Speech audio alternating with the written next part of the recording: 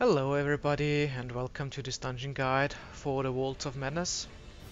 My name is Geraint and I'll be your host for this guide. The Vaults of Madness dungeon is located in Coldharbour, also known as Molag Bal's plane in Oblivion.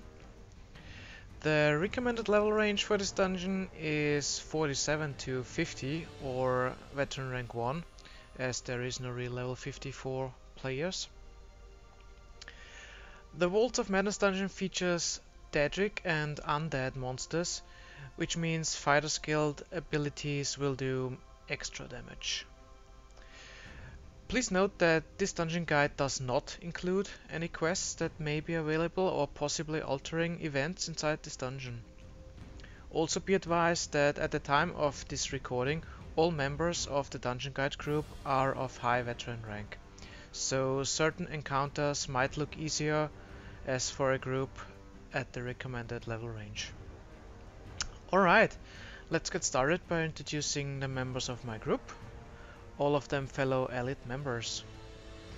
This time I'm accompanied by the Painless, Seresh, and last but not least, Nimurea. Okay, after buffing up, we move down the hallway towards the altar, where the floor will break as soon as you get close to it, and you will fall down to the next area. But don't worry, no enemies are awaiting your group there, so you can heal back up and move on to the small metal gate. As you can see, there is a little in-game sequence going on, even if you don't have the quest. So after that short story sequence, the gate will open and you can move in and engage the first trash mob group of this dungeon. This group consists of skeleton fighters, mages and healers. You may want to focus on the healer first to avoid longer fights. The NPC that you can see here is needed only for the dungeon quest, so if you haven't done it yet, you can kill him. Yes, that's right, kill him and then talk to his ghost to start the quest. But as mentioned before, our group won't show the quest parts of this dungeon. With the first group dispatched, the second one is just a few steps away. As you can see, we're already fighting it. This time it contains an Ogrim too. Watch out for the Ogrim's rundown ability and the regeneration phase at low health. After getting rid of that group, there is only one Watcher that you can see here, and it only blocks your group's way before you already reach the first boss in the Vaults of Madness.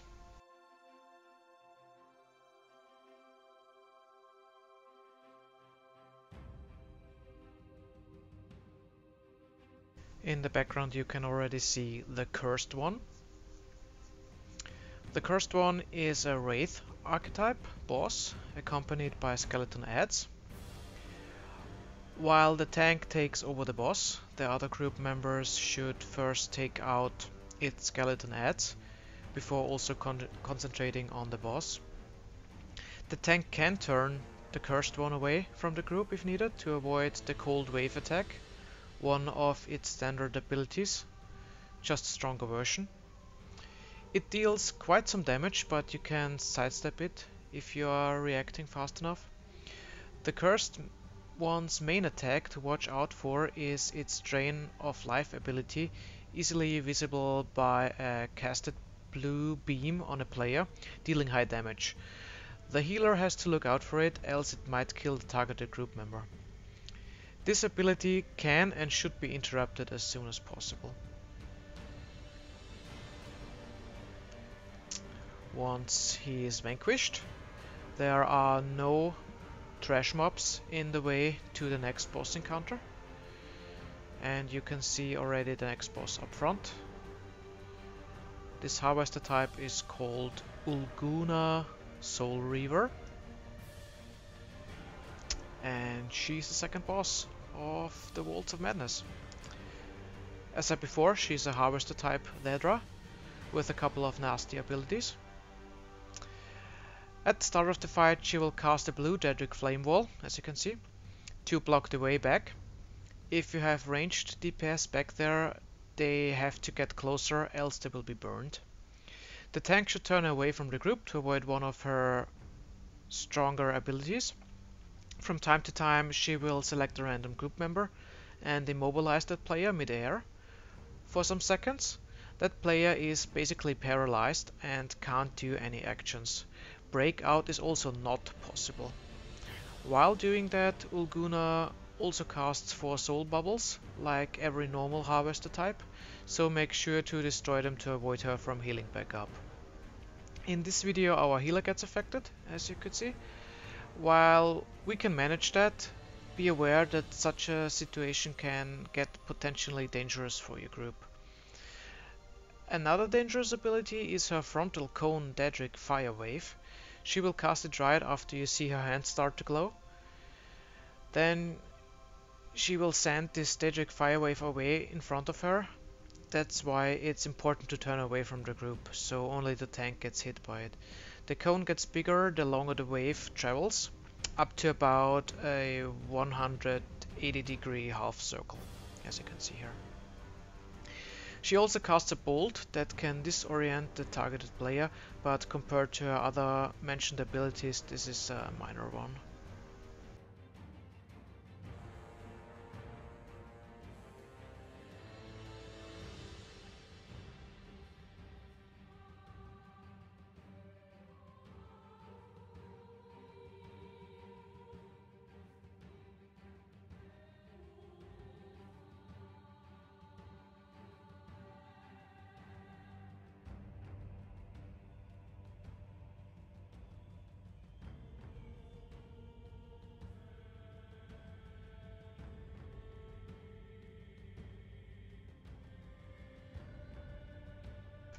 The following trash mob groups can now also include Seducer Daedra of various types, Banekin, Flame Atronax, as well as the already known Ogrims and Skeletons.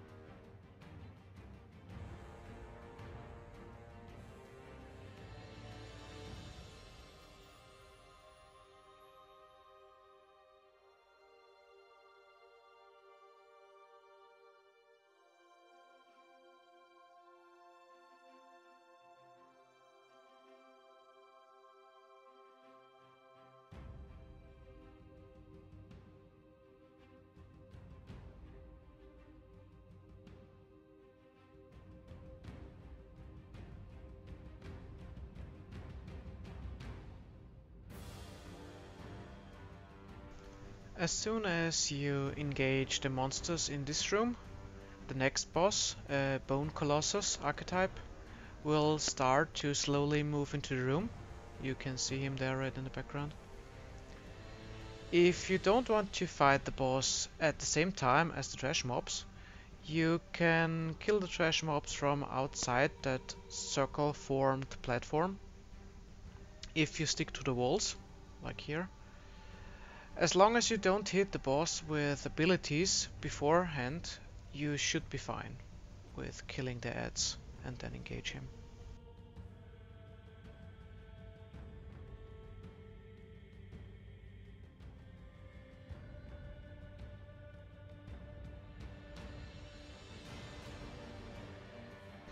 Death's Head is the third boss in the Vaults of Madness.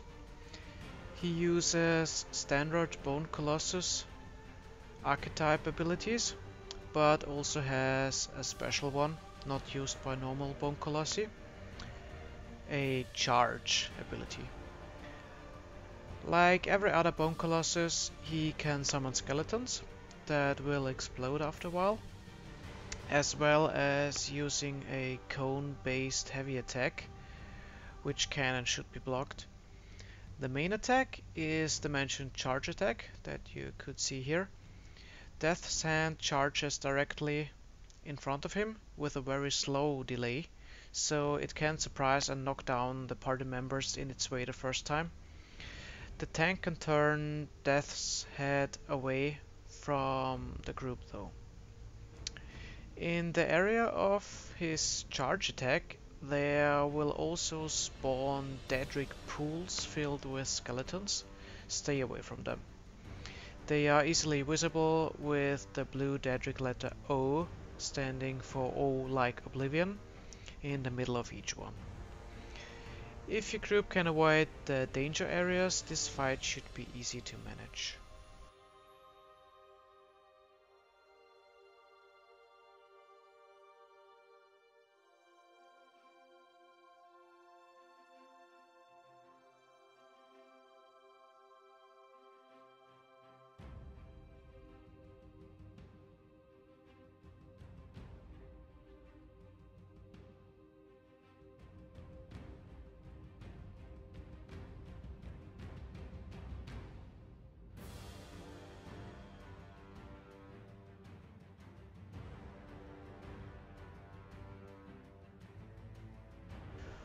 On your way to the next boss, beside killing trash mob groups, you will also experience some jump and run action.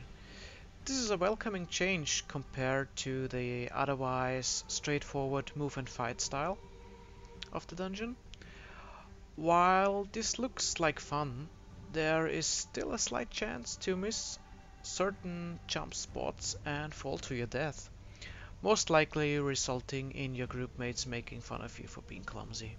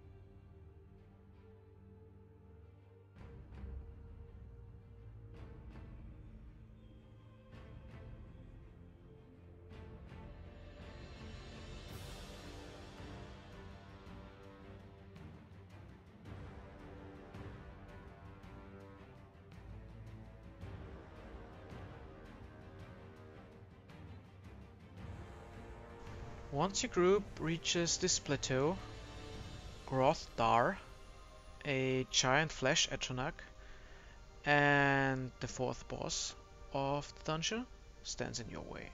This encounter is not a typical tank and spank either. It actually requires your group to move around a bit. As you can see here, Grothdar also casts a fire barrier to block your way back, same as Ulguna Soul Reaver did before, so you have to get inside the area to fight it, as well as take care of the two moving lava streams. While the fight against Grothdar is not that difficult, keeping away from the lava streams can be challenging. The two lava streams seem to move quite random, but sometimes target random players and follow them. Grothdar, on the other hand, will use a cone-shaped heavy sweep attack that can knock back if not blocked, moved away from, or otherwise avoided. Furthermore, he will also swing a heavy single target attack, which is quite quick, but visible when he raises both his arms back shortly before he executes it. This attack can and should also be blocked by the tank. As long as you keep moving and keep away from the lava streams, this fight should also be no problem for the group.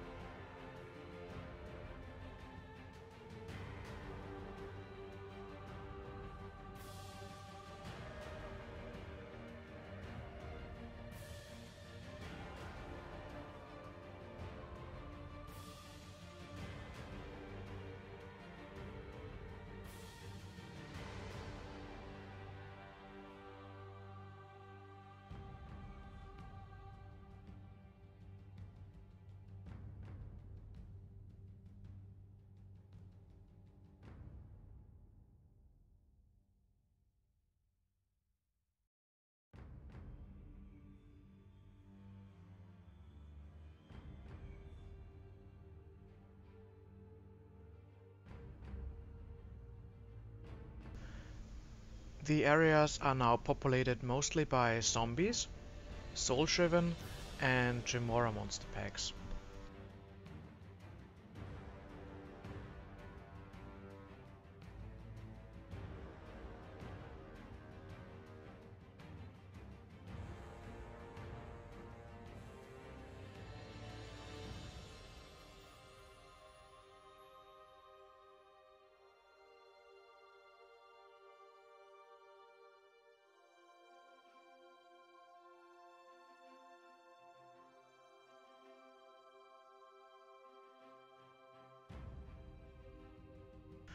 Once you reach this with water-filled room, you will match your skills with the Dreadroth Archerazer. He is the 5th and weakest boss in the Worlds of Madness. Compensating for the low health pool are his adds. The tank should take care over Archerazer while the rest of the group clears the room of the adds. Like a normal Dreadroth, the standard attack is a Fire Breath in front of him, and should be no problem to avoid. Archerazer also casts circles of blue fire on the ground. They can be very hard to see if you fight him in the water like we do, so watch out. The animation when he casts them looks like the Fire Breath ability, just without the fire.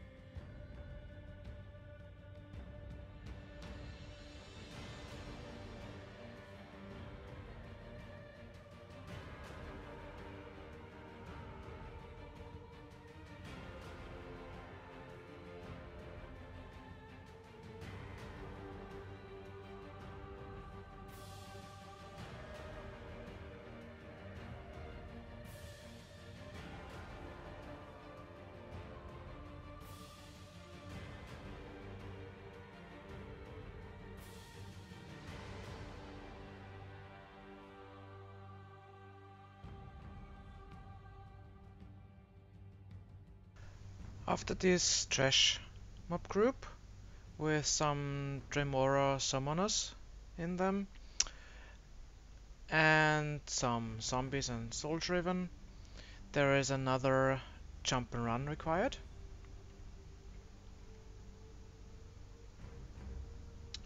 You can take the left side and just jump from one wooden platform to the other. Should be no problem. As soon as you are back on solid ground, there will be waves of undead and Dremora blocking your way before you can climb the stairs on the right side and face boss number 6.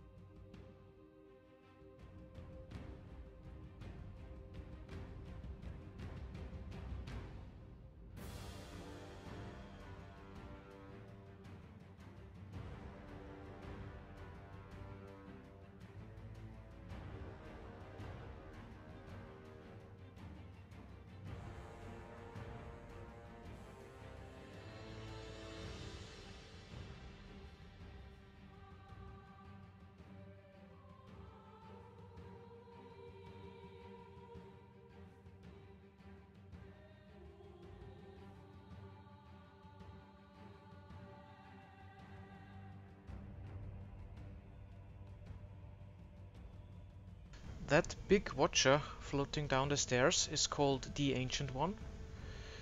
This Watcher Daedra does have a nasty surprise attack when getting low on health. But like any other normal Watcher Daedra, he will use his green beams in front of him as long as you stay out of its range or behind his eyes. There is no danger. During the fight, the Ancient One uses also a standard Watcher spin attack, but as soon as he gets close to death, the Ancient One will use a high damage version of that spin attack, able to one-shot kill group members standing close. This normally happens anytime the boss is below about 20% of health, so the healer has to keep group members that are close to the boss on full health at that time if possible.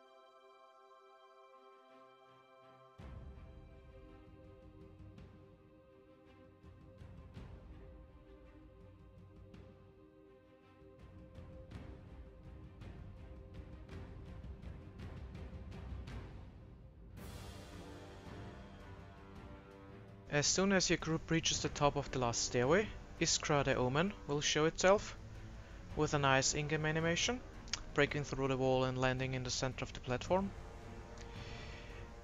Being the 7th boss of the Vault of Madness, Iskra is a dangerous and fearsome looking Titan Daedra.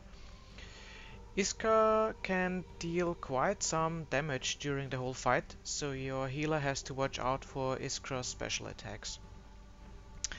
Beside the base claw and range attacks, based on what your tanking strategy is, Iskra utilizes 3 abilities.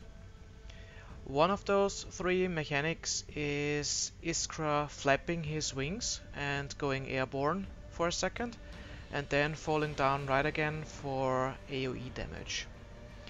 The area is marked while he is in the air and can be roll dodged or just walked out of. The second mechanic is Iskra's Blue Daedric Flame Wave. This attack is pretty quick and basically not visible except for his upper body and mouth moving down to the ground shortly before. In the chaos of the fight, it is best to just move out of the flame ASCP as soon as he casts it.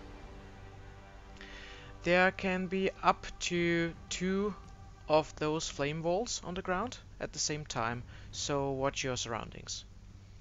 His third ability is when Iskra takes flight, selects a random player and lands at that player's location, causing a knockback. This attack is also pretty quick, so if your group stands close together, you may not see which player got targeted. It can help if everyone goes into blocking stance in that case. Again, his main attacks tend to cause heavy damage, so the healer has to be ready to focus heals on a certain group member if needed.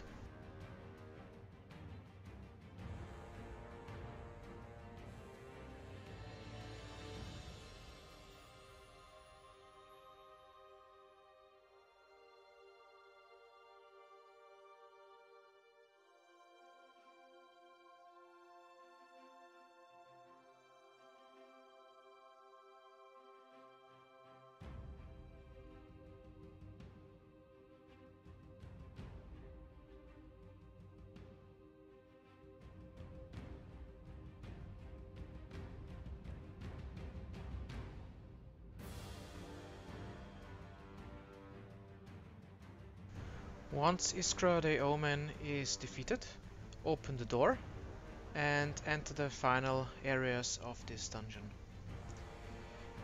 If you're scared of heights, you better close your eyes as soon as you reach the edge of the plateau here. Still, you have to jump down here to reach the final boss. Don't worry, you will survive the fall 99% of the time. I've never tried to reach one of the floating pieces down there, but I guess you will die if you crash on them. Down below, once you have passed that pond, some trash mob groups await, consisting of zombies, soul-shriven and Chimora, like before, and also a Watcher Daedra in between. And after that, yet another jump and run sequence separates your group from the final battle.